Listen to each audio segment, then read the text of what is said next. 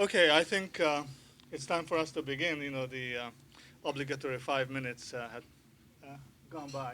I'm Zoltan Barany. I'm a professor at the government department, and I also have the pleasure to be a fellow at the Robert Strauss Center for International Security and Law, which has paid for Professor Herspring's visit.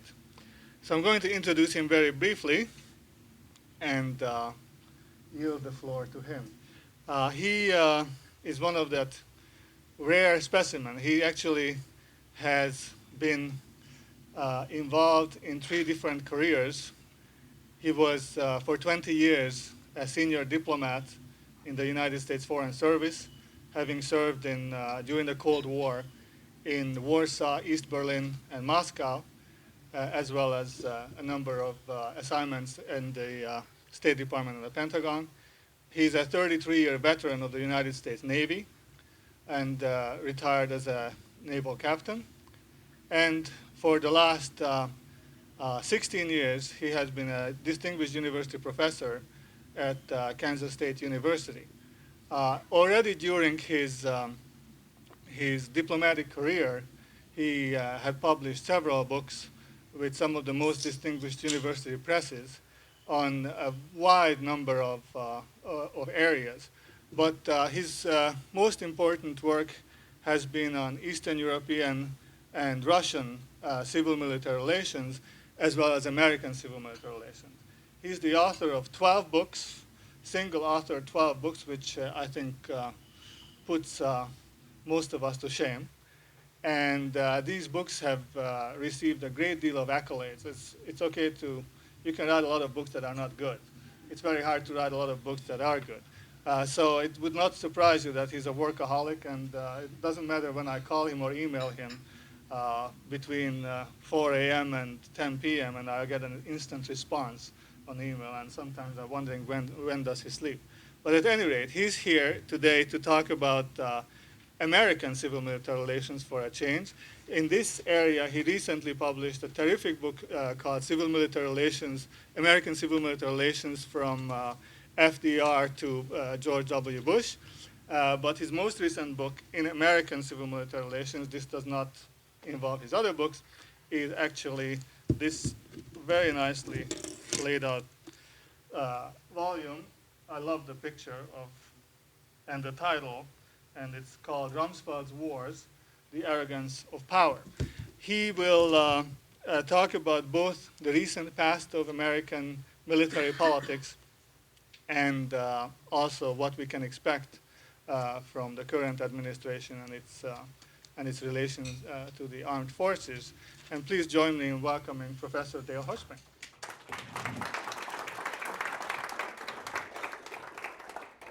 If you don't mind, I'm going to start by taking this thing off. Oops, I guess I won't take it off. Just under me. Actually, I've been told that I speak like a drill sergeant, so I don't think it would be necessary anyway. Okay, let me begin sort of full disclosure. What I'm talking about today, we always talk about civil-military relations. I'm talking about military-civil relations. And I think it's important to try and understand the picture as seen from the guys that wear the gals that wear the uniforms. In terms of full disclosure, in addition to what he said, my son-in-law returned December 24th from a year in lovely downtown Afghanistan. My son played football for the Naval Academy. My daughter was an Army JAG. I was in the Pentagon twice as a FSO, once in the staff of the Chief of Naval Operations, once in the Secretary of Defense's office, and I ran an office in the State Department dealing with political and military affairs, in which I supervised military officers working for me. Almost everything that I've done, I've spent my entire life is trying to understand militaries.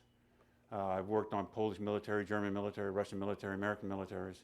Doing a book now comparing American, Russian, German, British, and Canadian. And I want to try and begin with a thesis. And it's going to be a little bit different than I think in what you've normally heard, and then I'll go into our friend Rummy's life in the Pentagon and what happened. I think there's been far too much emphasis on political control. The military's got to be controlled. Well, in 33 years, in and out of the State Department, the Pentagon, the White House, and other places up on the Hill, working on the House Armed Services Committee, I didn't run into too many officers who needed much controlling. I spent a lot of time around the Russian military. I haven't met many Russian military officers. In fact, Russian military officers are more apolitical than American military officers. Their political control, I would argue, is not an issue under two circumstances. First, if there is a value agreement between the military and the political authorities. By that I mean the military accepts the political system as legitimate and the political authorities as legitimate. This was not the case in Russia in 1917. That's why you had military commissars. This was not the case in Chile, not the case in Peru, during other periods when the military considered the political authorities to be illegitimate. And second of all, if there's a standardized political process, one that occurs over and over, and it just simply is the way things are done. There are ups and downs, but as long as the standardized process, the kind of thing Samuel Huntington talked about, I don't think you don't tend to have the problem. Certainly, if the 5 militaries that I'm looking at, there have been some difficult periods, and the Germans fighting over interfering, whatever the hell that means, and Canadians fighting over whether they're going to unify Canadian forces or not. The Russians being sent into Chechnya wearing hats and shoes donated by a bank, and certainly we've seen cases with the American military. With one exception, I don't think you can point to a case in the American military where a general got out of line. That general was obviously Doug MacArthur. And when Harry Truman went to Bradley, who was chairman of the Joint Chiefs, and said, "I'm thinking of firing him," Bradley looked at him and said, "That's fine, Mr. President. You should have done it a year ago. He's out of line." The military accepts political control of the military. It's important. You take an oath. And the oath is that you're going to obey what the people above you tell you what to do. And with the exception of MacArthur, I'm not aware of a military officer who went overboard. Civilians must understand that there will be conflict in the relationship, in the civil-military relationship. Conflict is ubiquitous. Conflict, I would argue, is good, which I realize goes against what a lot of people think. Most established polities in civil-military relations are based on conflict. It's assumed that there's conflict. Civilians are willing to listen to the military, respect their views, but everybody agrees they make the final decision. This is especially true on strategic when it comes up to strategic issues.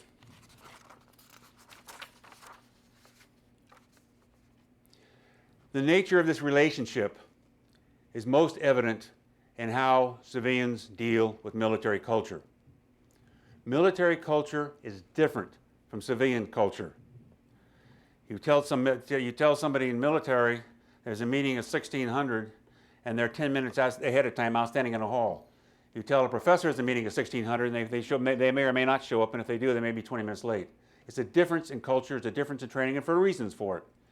When my son was at the Naval Academy, I mean, he was a 6'6", 304-pound tackle, and he used to love these guys about so big coming up to him and screaming at him, and he'd have to go rattle off the menu for the next 3 or 4 days.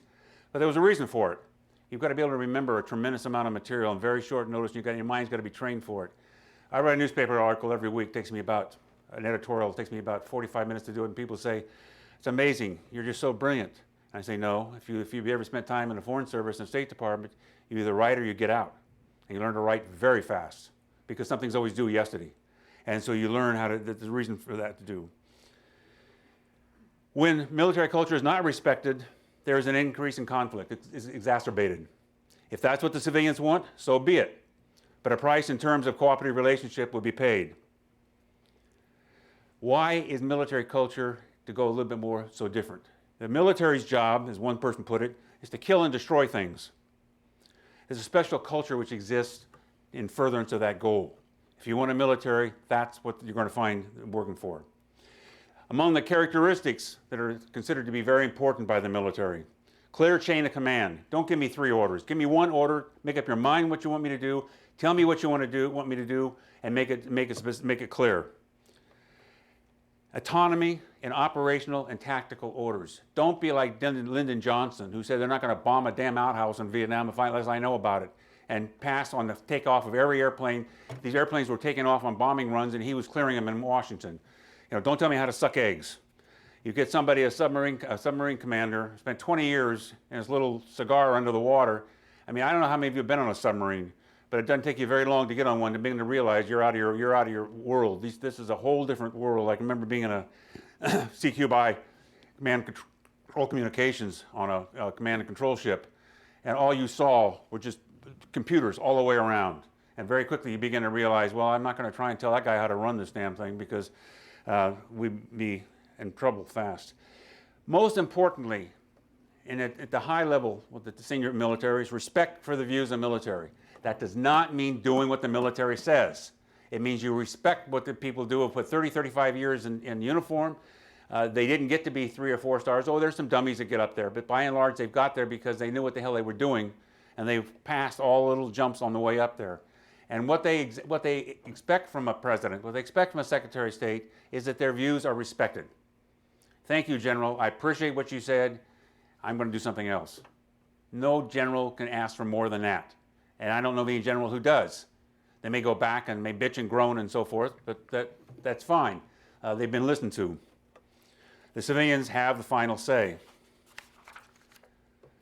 The key issue in understanding Bush or any other administration in terms of the nature of civil and military relations, in my view, is the nature of leadership style. That has such a tremendous importance. When Kennedy was president, the military walk out of the meeting and saying, "Guy, that was a wonderful seminar. What in the hell are we supposed to do?" And the same thing with Clinton. They never knew what the hell they wanted him to do because they would just have sort of a gab session. Military wants to be told, this is what you're going to do. And the leadership styles, some leadership styles are amenable to that, some are not. In my mind, the key question is, how does the leadership style interact with military culture? Or what impact does it have on civil-military relations? In some cases positive, some cases negative. Now let's go to Bush. I see George Bush's leadership style as critical to understanding relations with the military. Bush was the first CEO we had as president. He is the president, he was the president. Cheney was the CEO, Rumney was the SecDef, was the department head. What does it mean? It means that Bush was very dependent on who we chose the SecDef. Because he was CEO, because that was their job to run the place, if he made a good choice, he was home free. If he made a bad choice, he was in for a deep hurt. And the problem was made worse by Bush's sense of loyalty to the people who work for him. Now back to the Pentagon. How to determine if the SecDef is doing a good job. One of the problems when you bring a CEO in, and this happened, this was clear with Rumney when he went to Searle, bringing a CEO in, their orientation is the bottom line. Are we selling more widgets? Has the profit margin gone up? Well, when you get into a place like the Pentagon, that doesn't work. There is no profit margin. You find out if you've done a good job after you go to war and fight somebody. Then you find out is it a good job or a bad job. Although, if you've been around military much and you've seen the training going over and over the same thing, how many more times do we have to practice this? This is especially a difficult thing, counterinsurgency. I mean, the tendency on the part of McNamara, the tendency on the part of Rumney was always to go find numbers, body counts. Try and find something we can grab a hold of and saying, how many people are got zapped this month, up or down? Look for something like that to hold on to, and it's very difficult when you have that kind of orientation. Bringing the CEO to the SecDef under Bush's leadership style was a problem. It meant you had 2 CEOs.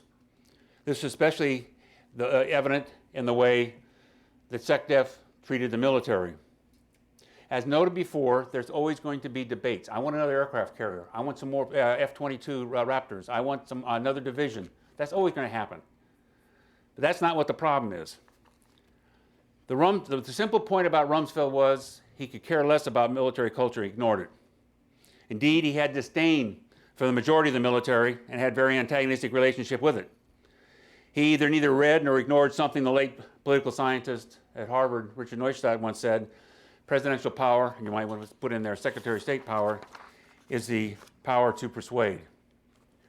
Anybody who's been through, I started out as an E1 and finished as an 06, and I've been maybe because I've been that way, anybody who has been through that, I can give an order And if I kick enough butt, I'll get it done. But if I give an order and people do it because they want to, because they believe in me, they believe in what I'm doing, it's going to be done a hell of a lot better. And they'll go the extra mile to carry it out. There's a thing called leadership. Here's Rumsfeld's record. He just pointed out. His first goal when he took over the military was military transformation. Now, it's impossible to define exactly what in the heavens that means. The best I can come up with, and spending a lot of time researching, is greater reliance on high-tech weapons, less reliance on the grunts, the average GI. Technology, more technology, fewer soldiers. You can get away, you can make that kind of a trade-off. He believed, furthermore, that the U.S. was so strong that it could, in his terms, skip a generation of weapons. Well, that's sort of dangerous to do, unless you've got a view of the future that's pretty ironclad. You never know what's going to happen. But his idea was he could go ahead, nobody in the world was going to take us on, nobody was going to fiddle with us, so we would jump a whole generation of weapons ahead, and then the rest of the world could sort of sit there and cry in its mush. The rest of the world was so weak, he had all the time he needed. We would be 2 generations ahead of everybody else. His first actions vis-a-vis the military, one of the sacred holies of holies, he took control of promotions. Everybody from 2-star on up who came up for promotion, their file went across Rumsfeld's desk. And the key question was, were they supportive of his military transformation? He tried to get control and get rid of the Joint Staff, which is the staff that the chiefs have that supports them if they have to go talk tomorrow in Guatemala. The next day they have to talk about ship being grounded off of Hawaii, whatever. These are military officers with a few civilians. He tried to get rid of them, and that way the chiefs wouldn't have their much power. And then came the wonderful snowflakes. And those are those little things he would jot down, and his minions would run around and say, here, Chief wants the secretary wants an answer on this. How many ships would be built in the year 2070, whatever. And at the beginning, people took these things seriously. Well, it turned out that it was just basically one of his games to try and keep him busy. He didn't even read them when the damn things came back. He just did it in order to keep them busy so that he could do what he wanted. One might have succeeded that the person I dedicated this book to, Rick Shinseki, who I've never met, but who I have great respect for, that he and Rumsfeld would have worked well together. Shinseki, when he came in 1999, he said the Army is in a mess. He said we can't fight a war with the kind of old-style, heavy Army we have to have. We have to have flexibility. We have to have maneuverability. We have to be able to put soldiers. And he was already working on the thing. And it took me a while to figure out why the two clashed, because Rumsfeld wouldn't even see Shinseki for about the first 6 months. And the reason was very simple.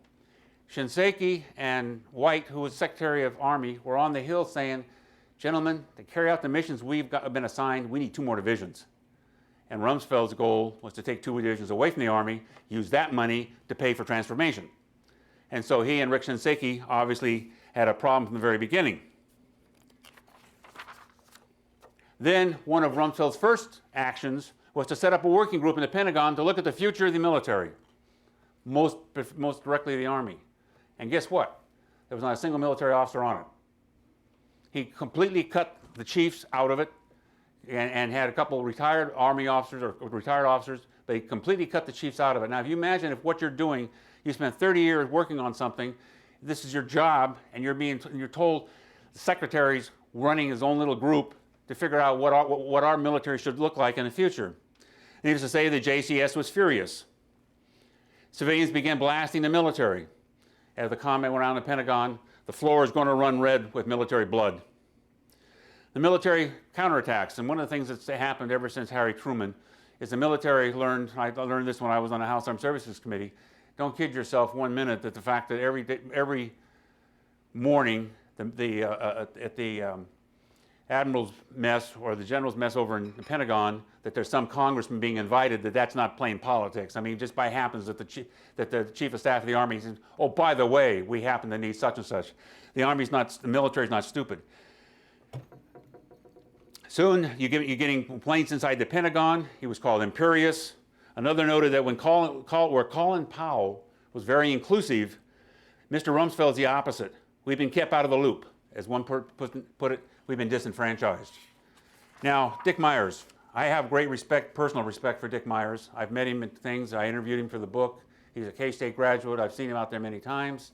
He's a decent, honorable person with whom I have an absolutely fundamental disagreement.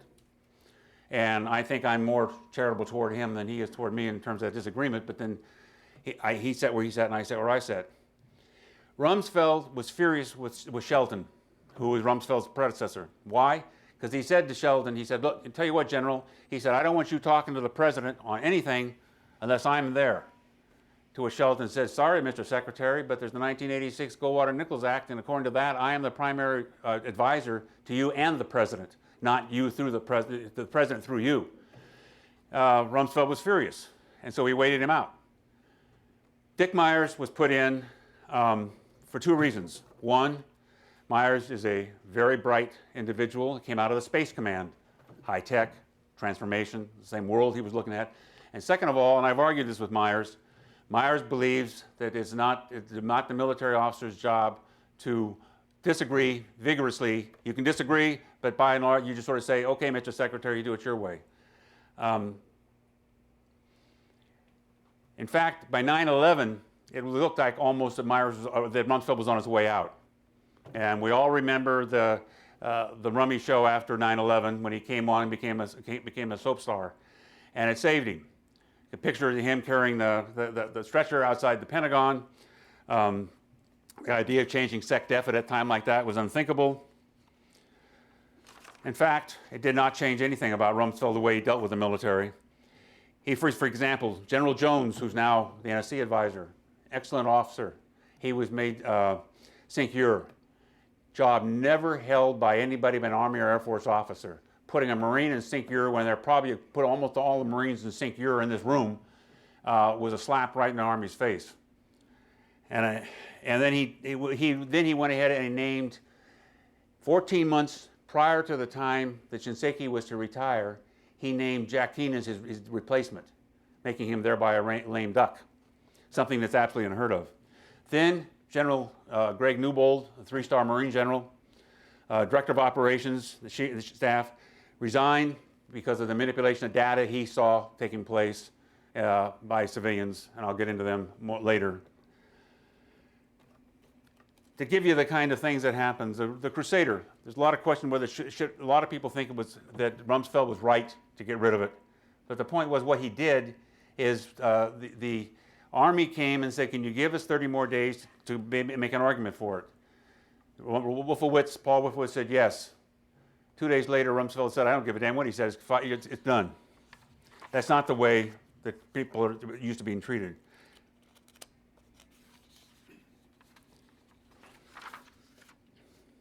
In the end, in terms of transformation, his contributions were limited. One could make an argument that if he had not caused and the hell that he raised, the transformation probably would have been a bit further down the road than it is now. The future combat systems still haven't gotten off the ground. I don't want to go into that. That takes another area. What he did was he totally alienated the professional military by his refusal to listen to them. He made it very clear over and over that he's not interested in their opinions. The idea of jumping a generation of weapons is silly. What happens if something happens in the meantime? He openly violated the military promotion system and took attention away from combat operations by focusing on high tech. I'm going to skip Afghanistan for the sake of time. Colin Powell was intensely disliked by the new group in the Pentagon, group around Rumsfeld, Wolfowitz, Feith, etc. Powell did not believe in the need for absolute change in Iraq. As he said, what happens if the Iraqis don't welcome the Americans as liberators? Did you ever think of that? He had also written the Powell Doctrine, which called for overwhelming use of force over massive numbers of troops, exactly the opposite of what Rumsfeld wanted. This went against everything that Rumsfeld believed in. Condi Rice, I've known since she was an intern, put her in one hell of a difficult position because what she was trying to do was to protect the president. She was not in a position to play bureaucratic games when you had the vice president and the secretary of defense ganging up on Powell or her. The Pentagon's hatred of the Foreign Service was especially bitter. They're out to give the world away. When September 11th took place, Rumsfeld and his his colleagues in the Pentagon assumed that Saddam was behind things and pressed the president to move against both Afghanistan and Iraq. In November, the president tells Tommy Franks to update the plan for possible action against Iraq, and I won't tell you the comments that Tommy Franks, who has a very colorful use of vocabulary, said when he heard that while he was fighting a war in Afghanistan, and then he says they're going to do anyway. Furthermore, there's another person that enters in this thing for which I have also great respect, and that's Tony Zinni. Had Zinni out to K-State. I must tell you that when Tony wrote a very nice thing in the back of my book, and just as a side, he said, Dale, when that comes out, he says, you and I have two things in common. I said, what's that, General? He said, both of us have more than 30 years in military and naval service, he said, and he said, neither of us are going to get a Christmas card from Rumsfeld. Rumsfeld made it clear he did not want any part of the plan that Zinni, who had been the commander of the CENTCOM just prior to Franks had been his deputy, he did not want anything to do with Zinni's plan, because Zinni had, he told me that his bottom number was 385,000. And he wanted part of that. He wanted to prove on this point that militarily, the transformed military could do it. And he was forbidden to have any conversations with Zinni. Rumsfeld said, you will not talk to Zinni. And which has got to be the ultimate, well, I'll leave it at that. I'm going to keep my views secret.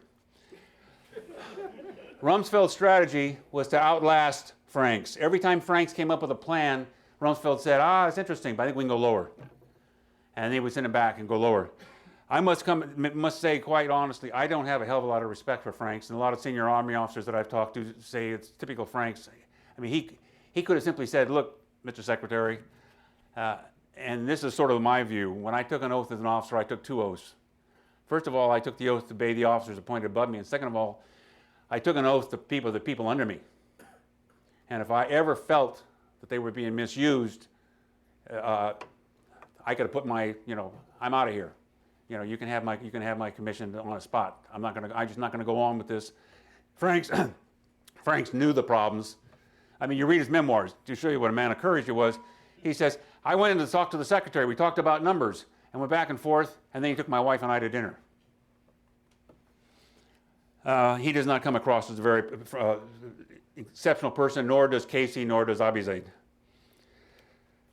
Then there came a thing of what's called Phase 4, or post-combat operations. The Army called Phase 4. It's been changed now.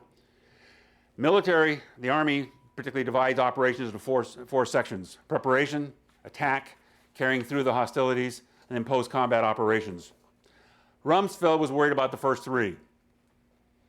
He and the rest of the Pentagon and the Vice President were convinced they didn't have to worry about Phase 4 because a Iraqi immigrant told them that they'd be greeted with hosannas and palm leaves and everything once they went into Iraq. Military, always worst cases things. It's have to drive us nuts in the State Department because the military would always bring out some worst case and you sit and say, okay, that's fine for war, but this is not quite that bad. But they do. In May 2002, the CIA ran war games. They suggested there would be problems in the post-combat operations. State to put together a major working group involving Iraqis. That group also warned post-combat operations. The Army War College did a study and worried about post-combat operations. Pentagon ignored State, Army, CIA. DOD was in control of things. They refused to have anything to do with anyone connected with the State Department, including Powell. Military continued to have doubts. The military, frankly, did not understand the reason for invasion. The primaries, as one general said, I thought our primary target was Al-Qaeda. Al-Qaeda is not in Iraq. The current policy was working, they said. We've got him boxed up. He's in a little box. The CIA also questioned the need for an action. By summer in 2002, the Brits were also becoming concerned. These Americans are crazy. They're going to go. They went back and told Blair. Then one of the things you find out if you're in the government, the absolutely critical thing is intelligence. It is the one thing that cannot be prostituted. If you do, you make bad decisions. The CIA was blasted. Richard Pearl, for whom I worked many years ago, commented, "The level of competence on past performance of the CIA in this area is appalling. CIA doesn't know anything." CIA analysts reported that they were pressed to produce reports supporting the DoD position. The vice president was very much in support of DoD's position. In fact, I can tell you a joke about him. 2 years after the Soviet Union collapsed, he was still going around saying it was a facade, that really Russia was really pulling the wool over our eyes, and that really hadn't collapsed. Then what happened, the real villain, in my view, is Douglas Feith, who was the Undersecretary for Policy, number 3 man in the Pentagon. He set up a shop, the Office of Special Plans. Now, I don't know, I was never an intelligence analyst, but I sure sucked off intelligence analysis a lot. And one thing I can tell you is I loved working with the CIA because they would surprise you. We would have this great logical argument thought out, we're going to do this, and then they're going to do that, and they're going to do that, and they say, no, they're not. And they make their argument. And most of the time, they were right. And you go back and say, tell your boss, how do you go back and tell your boss he's an idiot? You go back and say, well, this ain't going to work. The CIA doesn't think it's going to fly. And it takes a long time to know how to put the pieces together, to know what's the value and what's not the value, and whether this kind of a source, whether HUMINT or ELINT, or satellite stuff, what you're using.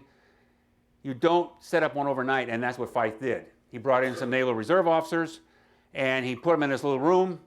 I saw it, and it had raw intelligence data. And what that meant was you were self-selecting whatever data you wanted to select in order to argue your case for you. That was the data that was presented to the president. It was from that office. And the president, basically, he said, well, I guess we all agree on this. And by this point, with Cheney in the room, with Rumsfeld in the room, Feith in the room, what was Condi going to do? Sit there and say, I'm going to put my finger in the dike, Mr. President, it's not going to work. Powell's warning to Bush in August 2002, and I think it's worth repeating what he said because he came pretty close to it. He said to Bush, when you hit this thing, it's like a crystal glass. It's going to shatter. There will be no government. There will be civil disorder. You break it, you own it. You're going to own it. You're not going to have a government, not a civil society. You'll have 25 million Iraqis standing around looking at each other. Rumsfeld also, there's something the Army, I love government acronyms, although I can tell you the Russian military is even worse. They have a thing they call TIPFID. All right, now that stands for Time, Phase, Force, and Deployment Data.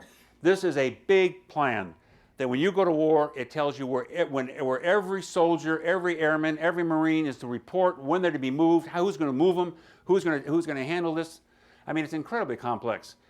Well, because Rumsfeld was worried that they were going to be getting too many troops and the Army would send too many, he had to approve it. He went into the thing and started approving it. This is one of the reasons why we had the famous events at the prison camp, because he would not approve sending the MPs over. We had a division of MPs, they were not sent.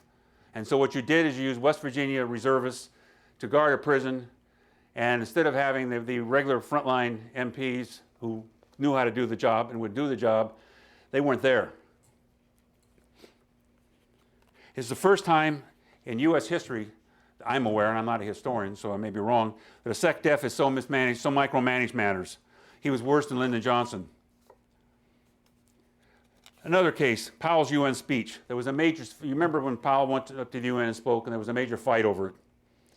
As Powell's assistant put it, this guy was a former wrestler to the Naval Academy, what I saw was a cabal between the Vice President of the U.S., Richard Cheney, and the Secretary of Defense, Donald Rumsfeld, on critical issues. The speech was written by Cheney's assistant, you ever hear of Scooter Libby? It was called a disaster. Included all kinds of charges from newspapers, from everywhere else, most of which had not been substantiated. According to Wilkerson, this was the Army colonel who was Powell's aide, it was clear the thing was put together by cherry-picking everything from the New York Times to DIA. When Powell looked at the draft, he commented, this is bullshit. Finally came up with a speech, but it was wrong, an embarrassment to Powell and to the United States. Shinseki's finest hour, in my view, February 11, 2003, Feith assured the Senate Armed Relations Committee that post-combat operations, Phase 4, remember I mentioned, was all well taken care of. Then Shinseki was asked to speak. Senator Levin said, General Shinseki, could you give us some ideas to the magnitude of the Army's force requirement for an occupation of Iraq following a successful completion of the war? Shinseki, something on the order of several 100,000 soldiers are probably, a figure that would be required. Furthermore, it takes a significant ground force to maintain a safe and secure environment, to ensure that all people are fed, that water is distributed, all the normal responsibilities that go along with administering a situation like this. Wolfowitz the next day commented that he was wildly off the mark. That's one of the worst embarrassing things that's ever happened to a senior officer. Military's got another one part of its culture. You praise in public, you criticize in private. You don't stand out in public and go and say the guy's an idiot. You can just simply say, I understand what the general said, my views are somewhat different. Leave it at that, rather than to insult him. A month later, Shinseki appears before the House Appropriations Subcommittee, and he repeats several 100,000. Rumsfeld was furious and said so, sent a chill throughout the ranks of the military. The war comes, and we're in Baghdad in a record amount of time, but we're unable to maintain order. The Marines are standing around there, and the reports that they have they have orders to do is to protect the Ministry of Oil. All the other things, including the museums and so forth, are being looted. Well, I've been around a lot of Marines. I have great respect for Marines. Marines aren't going to go do something when they're not told to do it. They're going to do exactly what they're told to do, and they have not been told to go in and take care of that. The people were coming up to the American military and say, "Why are you letting this happen? Do you really want to destroy Iraq? Is that what your goal is?" And the fact is, there were not enough troops in Iraq. It was 3 weeks later before we got to Fallujah. And because there was just not enough troops. But the military's orders came direct from Rumsfeld's office. And again, we didn't have to worry about it because we were going to be welcomed as liberators. Then Franks retires. I thought it was wonderful. On July 7th, just as everything's going to hell in a handbasket, Frank says, I'm retiring. And he went home. I can't prove it, but I suspect he knew something was coming down the tubes. And then a very nice retired three-star general who had done some work up in the north, the Kurds, Frank Garner, was asked to try and put it together.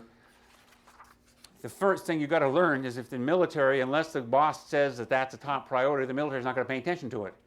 And nobody told the generals in Iraq that Gardner's job was all that important, so nobody paid much attention to him. It took him almost 3 weeks to get his people from down in Kuwait up into Baghdad, and then nobody paid attention to him. They would have an FSO equivalent of a three-star would have a meeting, and none of the generals would even come. Well, that just doesn't happen if the rules are clear. And there's Jerry Bremer. I know Jerry Bremer because he's a former Foreign Service officer. And let's put it this way. I would be in an office with him for about 20 minutes, and one of us would be laid out on the floor. The problem, what are you going to do? Bremer replaces basically Gardner. He made sure that all authority stayed with the United States. None of the authority was going to go to the Iraqis. They created the Coalition of Provisional Authority. Now, one of the things that happened, which is a total violation of military rules, you don't separate your chain of command. You have separate chains of command. What you had was Jerry Bremer, the civilian, and the head of the Coalition of Provisional Authority, and you had Sanchez, three-star Sanchez, who was head of the military operation. Both reported to Rumsfeld. And one of the reasons why we got into Fallujah the first time and got everything all screwed up is because this side got approval to go ahead, this side didn't know what the hell was going on, this side then got off track, and you had to pull the Marines back.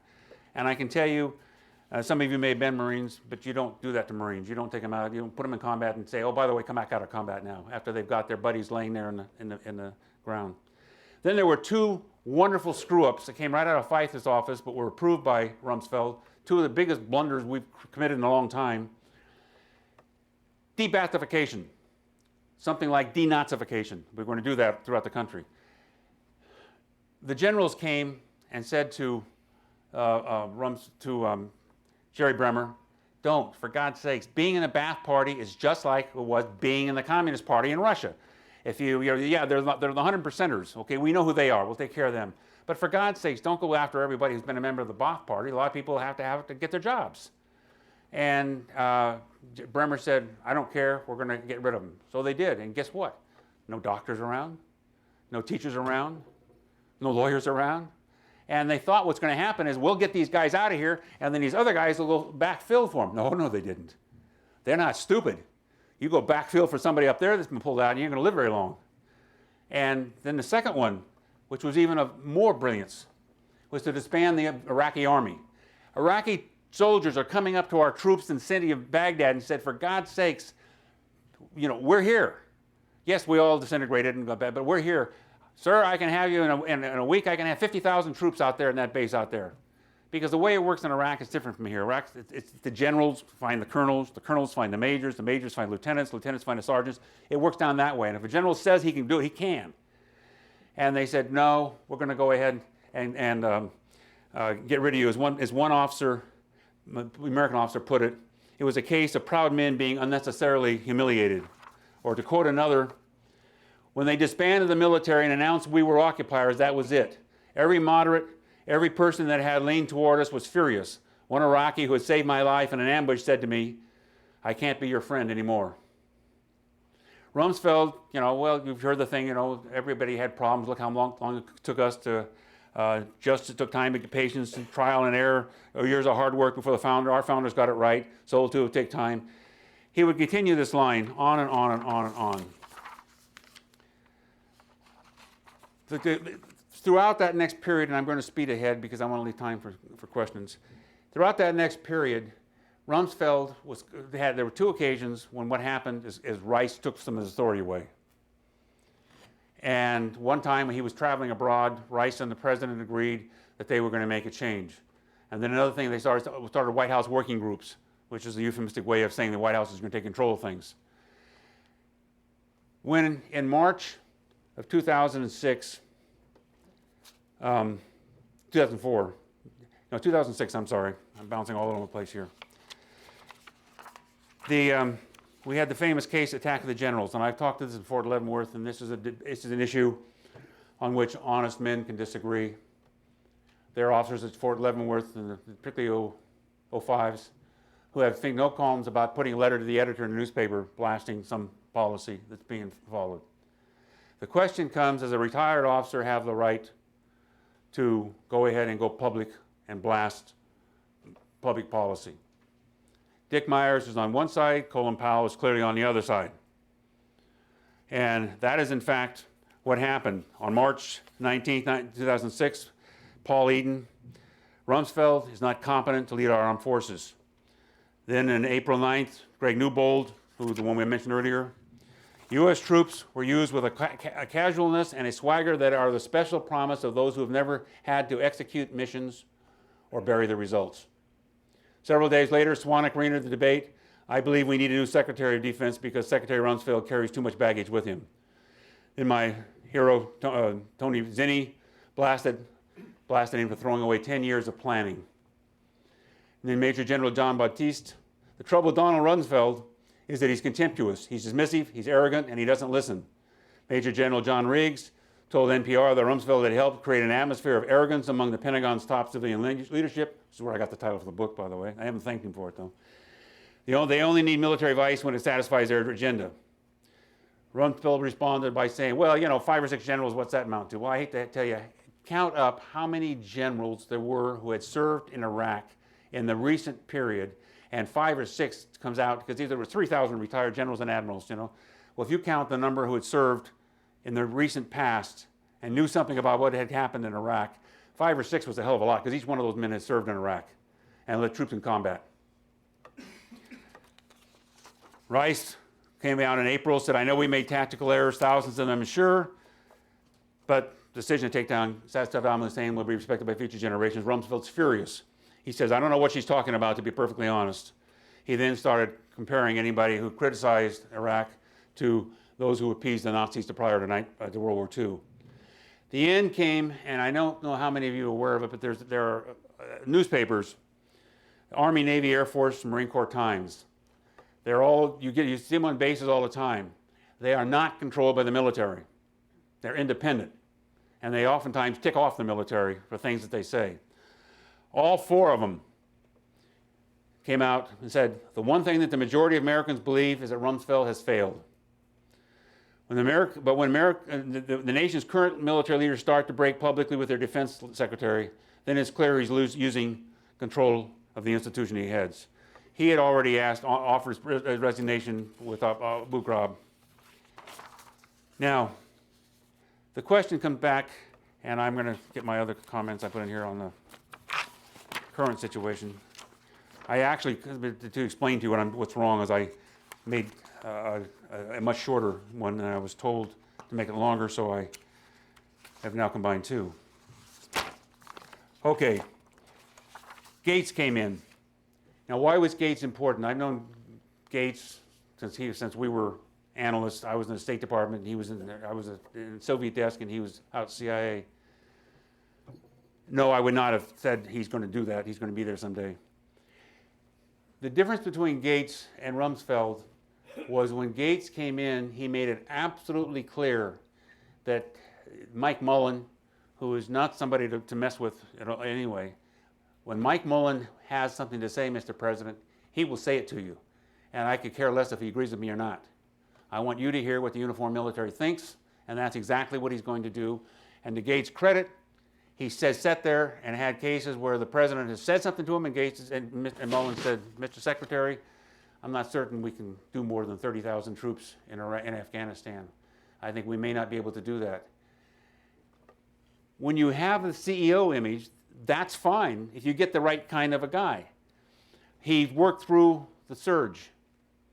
It was with Petraeus, who was actually not Petraeus, but there were other people who came up with the idea, but Petraeus championed it, and Petraeus has gotten the credit for it. And it was Gates who allowed the generals to do that. Now, one problem with the Army is right now is really psychologically screwed up. It can't decide whether it wants to fight a war in Europe against a mass army, or China be the most likely one, or it wants to fight terrorism. And it comes to two totally different kinds of force structures. Both Casey and Abizaid wanted conventional warfare. And that's one reason why the whole time they were running it, go out, fight the bad guys during the day. We should have learned when we were soldiers and when we were young, that famous book was written in the Edrong Valley. We went in and killed a whole bunch of those bastards, and we went back home, and guess what? They came right back. And Condi Rice worked close with Petraeus, and they kept pushing this whole item, hold, go in and get it, kill, hold, and build. And you have to do that. It's a whole complete change of mindset. People say it was the 30,000 troops, 40,000 troops that really changed Iraq. Yes, they were important, but no, I would say that was not what was important. It was a total change in strategy. It was a change to counterinsurgency, which means that we're going to put you, Sergeant Schmaltz, we're going to put you out with the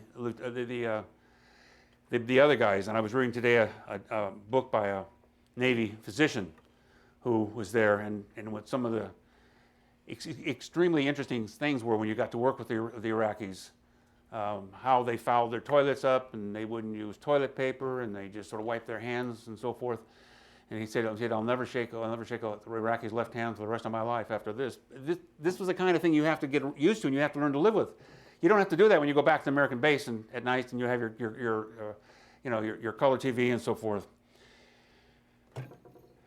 He let the generals carry that, and one of the things I don't know if there's anybody here who follows promotion lists, but the recent Army promotion list to BG was very unusual. There are 7 people, including one who was passed over twice, who's on that list, who were either specialists in counterinsurgency, specialists in special operations, specialists in those things. One of whom read my book and commented on it, but asked me not to put his name on the book or thank him for it, because he didn't know if he wanted to be thanked for it. That was done because it was Gates who put Petraeus ahead of the promotion board. And that's why there's been this change in there, and that's why now Phase 3 and Phase 4 have been combined. The new Army manual makes it very clear that if a general soldier commander does not feel he has sufficient troops to carry out the mission assigned to him, he's now obligated to send that up the line, that if there's insufficient troops to do it. I mean, getting at the idea of no Phase 4, that shouldn't not happen. Obama, thus far, I gave him very high marks for the way he's treated the military. I don't know what his policy is going to be, and I don't think anybody else knows what his policy is going to be. But in contrast to the way the military was treated when Rumsfeld and Bush came in, he's listened to them. He's going to make decisions probably on don't ask, don't tell they don't like. He's going to probably make other decisions in cases that they don't like. But he's made what he's done, the important thing he's done in this short amount of time is he's shown them respect. And I can tell you that the comments that you're hearing now out of the Pentagon from military officers is, my God, the world has changed. We go, we listen, we're paid attention to. He really cares what we think. It doesn't mean he's going to do it. But the fact is, when they have a discussion over don't ask, don't tell, it's going to be an in-depth discussion. And he's going to listen to their opinions, and then he'll come back at them later and say, I heard what you said. I understand what you're saying. I disagree. If that's what assuming that's the way he goes. And the same thing has been happening on Iraq. They're going to be out there in 16 months. No, bet you're a bit beyond that. They'll be out closer to the end of 2011. And what will happen is the president will find some way to move along and handle it very deftly politically. But he's listening to him. They're going to say, Mr. President, if you do that, you're going to have the place collapse. And he's not stupid. I mean, if there's anything Obama is not, it's stupid. And he's going to listen to him and pay attention in a way that Rumsfeld would have never done it. What is the future for it? I don't know. It's interesting that the comments coming out, you heard just today, was it Rio de Janeiro, I think, made the comment that we're going to have 30,000 troops in Afghanistan, and that'll be a limit. That comment's not being made by Gates. That's being made by the commander on the spot. And that's exactly what's going to be happening. And so what he's doing, a lot of this, is the art of persuasion. A lot of this is just knowing, being deft and so forth. And what I'm saying is, it's not you have to sit there and coddle military officers. If you've ever been through that world, it's not a coddling world. I mean, it's a brutal world. It's a rough world. Nasty things happen there. But if you're going to deal with them, if you want to maximize your impact, maximize your influence, what the Rumsfeld period and the McNamara period before it suggests to me, if you're willing to work with them, you'll get a hell of a lot more out of them than if you don't. And remember one thing. You're there for 2 years, 3 years, they're still going to be around. And that's why the minute Rumsfeld was out, they changed, the Army changed its manual. The minute he was out, they went ahead and changed a number of other things. Obviously, they were just sitting in the already had it drafted, drawn up. Petraeus told me they had it sitting there. And they're waiting for him to get through it. Here it is. Okay, you're gone, Mr. Secretary. So let me stop with that. I'm about run out of. As you can see, I'm a fan of Rumsfeld. Any comments, questions, insults? Oh, by the way, I saw Frank Martin Sunday, and he said to tell you that he found this a very hospital-friendly place, and he really appreciates you guys here at the University of Texas having shown him and his basketball team so much courtesy and friendship. How witting was the president during all this, of the problems between the military and us? My understanding from everything that I've seen, that was not his problem. That was Rumsfeld's problem. I mean, as I understand it, I was never a CEO, so I don't know. But my understanding of that culture is that, hey, you're in charge of finance. I'm not going to go sit there and micromanage finance for you. You handle it yourself. Condi's problem was just trying to keep him out of trouble. I mean, that's basically what it is. There's two kinds of NSC advisors. Henry Kissinger was one of the very few that combined both. One is the master bureaucrat, and the other is an advisor. And she's an advisor. She's not a master bureaucrat. And because it's also unusual in that administration, this is the first time in post-World War II history that we've had a vice president who's been a political activist. Gore, with whom I have a lot of problems, I have respect, because what Gore would do is I try and explain to students this way. Secretaries are like 4-star generals. The vice president's like a 5-star general. And the president's like a 6-star general. If you've ever been in a meeting like that, if you're a 4-star general and a 5-star speaks up, you shut up. You have nothing to say. One of the reasons we got in the Bay of Pigs, there was a 2-star sitting at the table who knew exactly what was going to happen, but the 3-star who's there breathing president wouldn't let him talk. You have to turn to him and say, okay, Colonel, what do you think? Or Mr. President, you ought to hear General Smith's views on it. And what Gore would do is sit through the meeting. Meeting was over. Unless he was asked something, he'd go into the Oval Office and say, Mr. President, here's what I think. So the difference being, Clinton heard the different points of view, and it was not the vice president shutting him off. When you have the 5-star and another 4-star beating up on Powell, he didn't have a chance. I mean, Powell to me was the real victim of the whole thing. Not only did we send him off to New York and did what he had to do to make, those god-awful statements that turned out to be wrong-headed. CIA, you read Tenet's book, and everybody thought it was, well, this is what the president's going to say. I guess we better get on board and march to the same tune. But that's a way of the bureaucratic politics. It's not like a university. It's very hierarchical. State Department is very hierarchical. Yes, sir. Was it a mistake for Powell not to resign, given that the main reason seemed to be that he thought that he was providing one of the few voices of reason? Problem being is he still wasn't being listened to. Yeah, but the problem is people have explained to me, and I've only met Powell a couple of times, so I didn't interview him. Powell had this incredible sense of duty, honor, country, loyalty, and I've given the job. After the first time is over with, I'll leave. But I'm not going to go out and, resign and go out and beat up on the president. I mean, I would love to, I'm waiting to see his memoirs. If they're as open as his first book was on his memoirs, I think it's going to be some, he got into screaming matches with Rumsfeld. They were just absolute, it was really bad. If you're going into it, now the big complaint on the part of Gates and Mullins is, we want more Foreign Service officers out here. We can't handle Afghanistan by ourselves. We want them out here. And at the time, Rumsfeld made an offer of something like 35, 36 Arabic-speaking FSOs, and Rumsfeld said, no, I want people who are loyal to the president.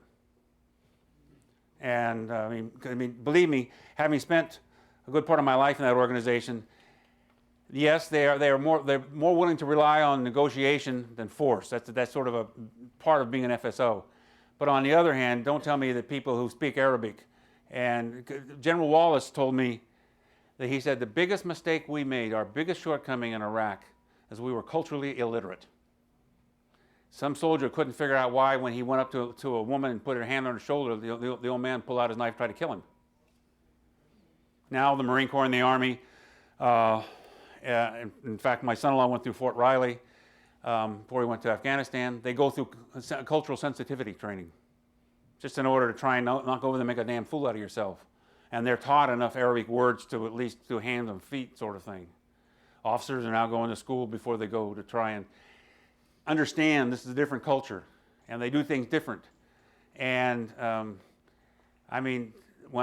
before I could say I didn't go in the Arab world because I'm left-handed. I figured I had no future in that part of the world.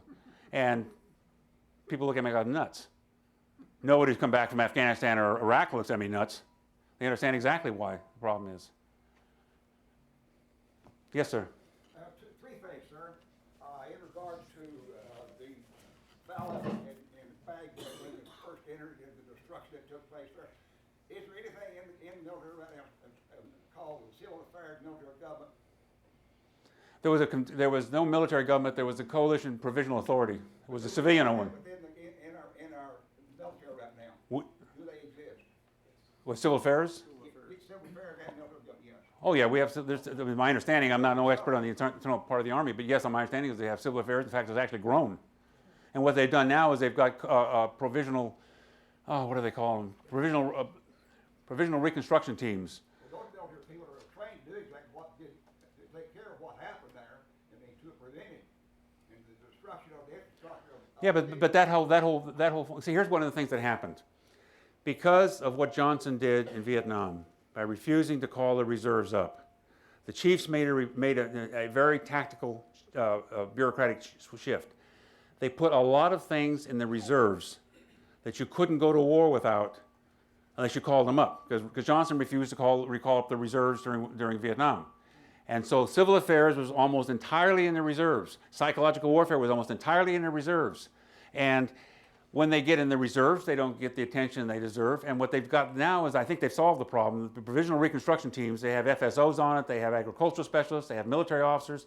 It's see, when I taught at the National War College, one of the things we did was we made all of the officers take Econ 1A. Did Rumsfeld even know that they were in reserve? We had people in reserve. Sure. Yeah, but there weren't that many. They're not that many. It's like in the Air Force. If you're rated, you're fine. If you're not, you're nothing. I mean, in the Army, if you're a combat infantryman or a tanker or something, you're fine. If you're not. 4 years in a reserve unit in Lovell, still very military unit. Well, there wasn't enough, because the problem was Rumsfeld didn't think it was necessary. A lieutenant colonel called up division headquarters, and he got on the phone with the 06, and he said, "Sir, where are the plans for phase 6? Because I have to, that's part of my job." And the colonel said, "We don't have any. There are none, because the secretary's forbidden us to make any." You're looking at one thing, take out the stuff. Huh? You're looking at one thing, take out the law. Yeah, well, the point is Rumsfeld gave orders that was not a problem, because this Iraqi expatriate, who's now back in Iraq, said he was a friend of Pearl's, he was a friend of Wolfowitz and Fife, and he said, hey, don't worry about it. They're going to be overwhelmingly happy to see you. Did any of them ever hear of T.C. Lawrence? Yeah, it'd be nice, sir. Thank you very much for coming. Can you explain, or just say a few words, what were the root causes of Rumsfeld's sort of big strategy in terms of why transformation, why from fewer soldiers to more technology, why the need to sort of pierce all these sacred cows of the military? Well, I mean, all I can say is that's a good question, and I wish I could go. I really had the insight. He's a technological determinist. I mean, to use a political science term, he's a technological determinist because he felt the technology was where the future was, and the idea of running it with a bunch of grunts up a hill, is that we're going to have rifles to shoot around corners. Why he had that attitude toward the military? When he went and took over the Cyril Corporation, he fired 120 people the first day he was there. I mean, he was treating it just the way he was treating a civilian corporation. He had this idea. He comes in, he takes over, he kicks butt, takes names, and then the thing gets the organization gets moving. Can't do that in the military. I mean, first of all, it doesn't work that way. Yes, sir. But it's difficult to sometimes remember pre-9/11 days. That's right. Rumsfeld was brought on board, and I'm not a fan of Secretary Rumsfeld, but Rumsfeld was brought on board primarily to address a Cold War mentality and procurement system. Mm-hmm. And it'd be difficult to argue that transformation or the weapons essentially did not succeed. I mean, the success in Afghanistan and Iraq are specific testaments to advanced technology, small units, That's and right. agile forces. So I guess if you could please maybe distinguish between what Rumsfeld was brought on board and his managerial style, that might be a little bit more insightful. But I think that we have to keep in context why he was brought on board. And he did move. He counseled several huge programs that have been languishing and that were not. Well, he canceled the Crusader. I'm not aware of what else he canceled. There may have been other ones, but he was brought on as sort of as a final compromise candidate. And yes, the president made that statement beforehand when he was in Annapolis. He made the statement that he wanted the military to be brought into the 20th century. The one thing that Rumsfeld brought in that has remained, that has worked, and was also pushed by Shinseki, was moving to the brigade system. Yes. That's the one thing, because you can go out, let me explain what that means. In the old days, if you had a division, you had to bring 17,000 troops in. Everybody, otherwise you didn't have your chaplains, you didn't have your doctors, you didn't have your MPs. Now what they have are smaller units that have their own MPs, their own doctors, their own lawyers, their own everything right there in that unit. Fort Riley, I think there's four brigades out there. I may be wrong, but there's out there. Because I've gone out there and talked to some of the commanders. And one is heavier on tanks, so if that's what you want, you can go. This was something that Shinseki was pushing, and this is one of Rumsfeld's favorite goals, and it has worked, and it's been very good. The FCS has not gone any further, which was Another thing that was being pushed by the Army was being pushed by Shinseki. The problem that I had with Rumsfeld is not that he wasn't a smart man. He was, no question about that. It's not that that he wasn't right. The Army had to get off its butt and start moving. He was right, but it was already doing it. If you read Shinseki's speeches, if you read and see what he was doing in 1999 and 2000 before he got there, they were on their way. And I look back today and try to say to myself, what was it that the lasting legacy of Rumsfeld that because he was there, the military is now better able to do something. The other thing I can think of is special ops. He pushed special ops, and I think he was right in doing that. And it's been picked up in a big way. But he resisted constantly any kind of change of strategy in Iraq. He said, well, we're just going to leave. And Condi said, you can't do that, Mr. Secretary. We leave, and the place turns into just a bloodbath. And what's the United States going to look like then?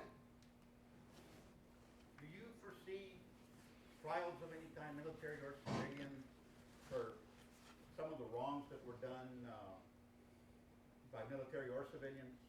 Well, I think we've had the ones on Abu Ghraib already, but beyond that, yeah, I mean, the military. I have a student who was a Marine who went into on the invasion.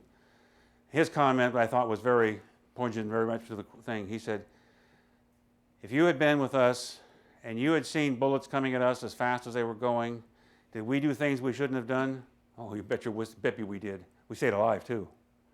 I had a student, in another case, Army Lieutenant Colonel, who was a black officer, and in my view, would have made general.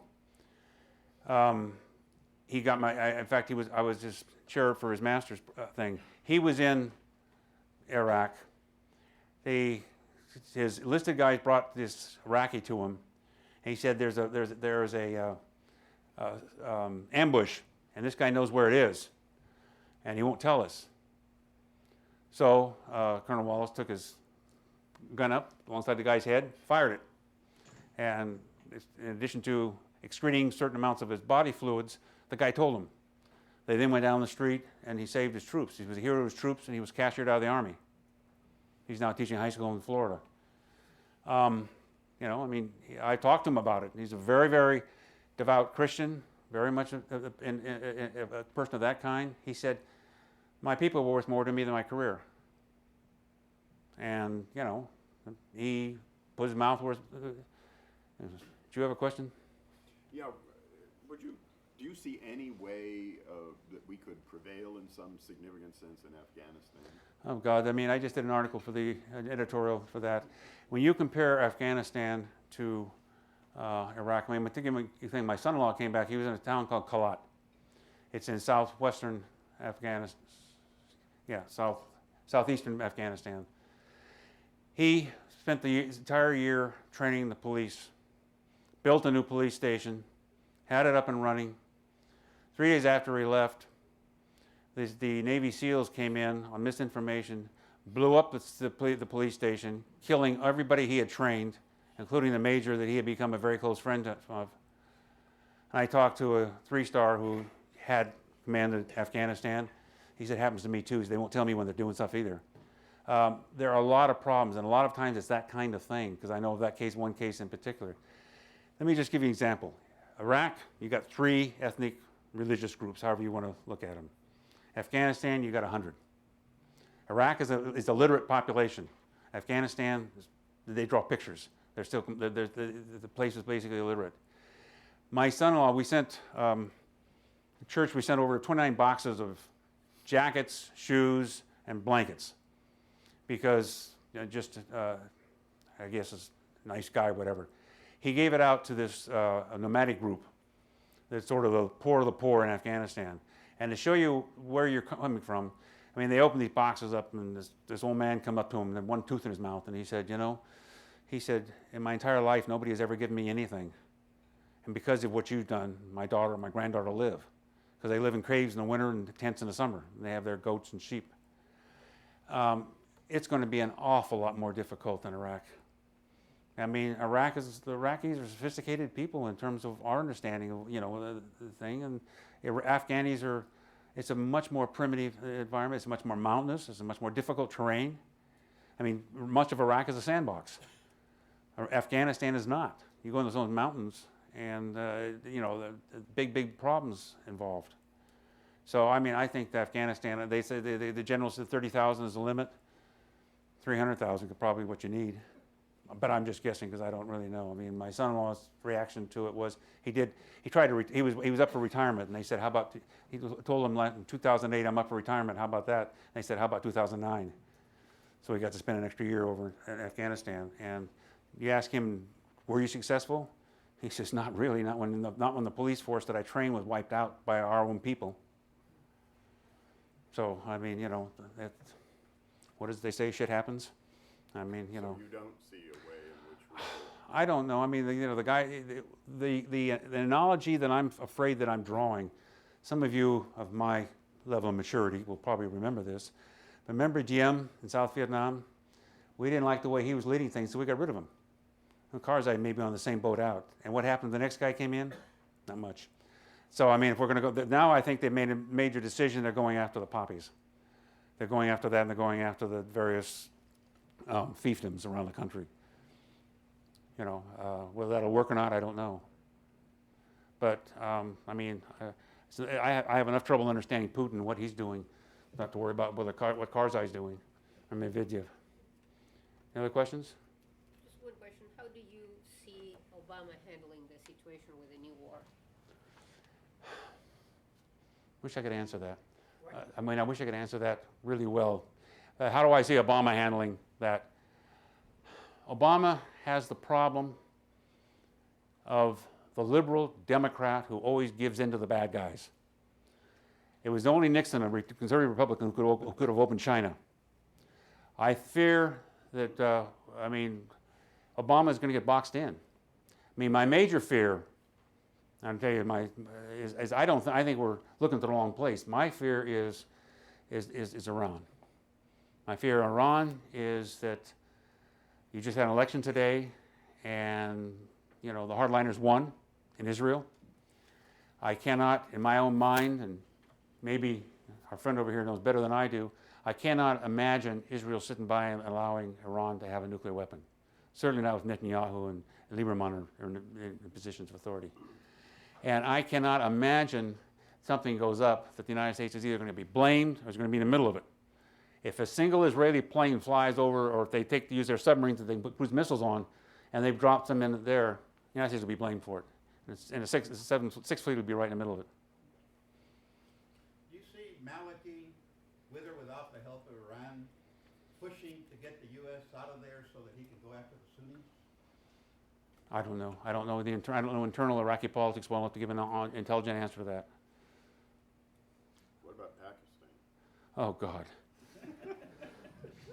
Makes me happy that I'm, you know, if somebody said, you know, what do you think about Hillary? And I said, well, she may be effective, but I'm sure so glad I'm not there working for her. Taking the job like I mean, I know Richard Holbrooke. I mean, you talk about a diplomat. Richard Holbrooke could start a war in a Trappist monastery and give him 10 minutes. I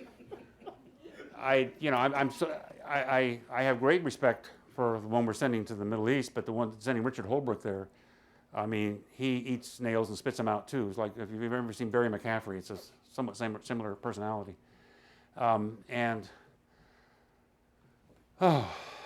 Pakistan, in many ways, is even worse than Iran because it's unstable, because the government doesn't control its own territory.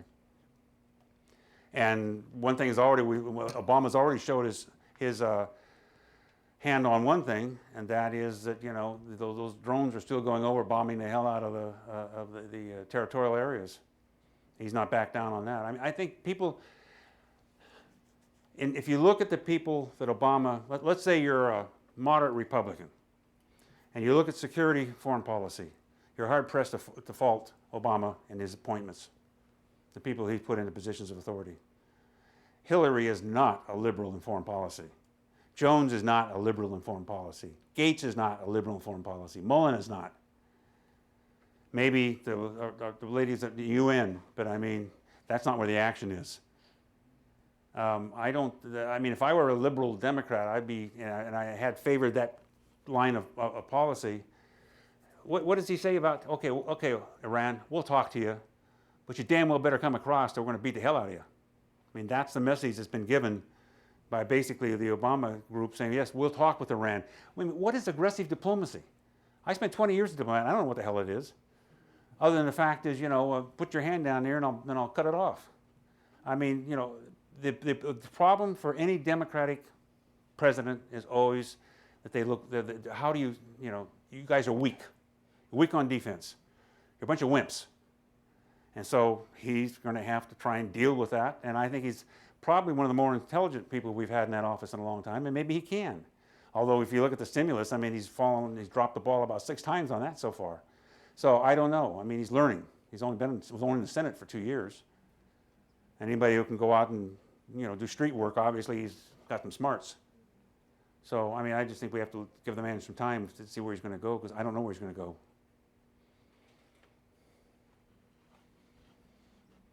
I think I talked him out. I got one more. One more.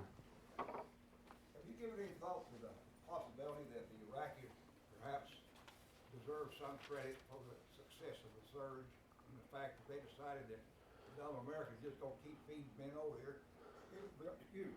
If we'll back off a little bit and let it look like they've won, then they'll get out of here a lot quicker. Well, I think there's some of that, but I think there's also, we paid off an awful lot of people. We bought off the Sunnis. Yeah, we bought off the Sunnis. The Sunnis were paid off. That's why all in ours has all of a sudden become a lot quieter. And, the question's going to be when we leave, we're going to have the Shias again stomping on the Sunnis. Are we going to have, Sadr, is he going to behave himself? Although Maliki seems to have kicked him there. The election was very good. It was a regional election. That was one of the 3 big things being held over everybody's heads. That they couldn't, first of all, the people who opposed it said, you can't win. So what happened? They had the surge. Well, then they said, okay, well, maybe you can win militarily, but you can't win politically. And we haven't won politically. But the constant steps that are being taken with Maliki going after Sadr's people in Basra and after Sadr's people in Baghdad, with the regional election, the oil money, still a big problem. It seems like that surge is almost stopped. I mean, the Syrians on the street. Well, but it's because, look, 99% of that, of a counterinsurgency, is intelligence. And if I'm going to go home at night, he's not going to tell me anything because the bad guys are come around and beat him over the head. But if I stay there, if I'm there every day and he comes by and, by the way, there's that building down the street. Okay, now I know what to do. I mean, that's the way cops work. I mean, cops will sit out and you go out in some of the beat up neighborhoods. You want to try and find sources you can talk to. 90% of an effective foreign policy is intelligence. And because if I know where you are and you don't know that I know where you are, you're not going to know that you're dead. Well, thank you very much for coming. Thank you for having me. Thank the Strauss Center for making this possible, and thanks very much, Dale, for a very interesting. Thank you.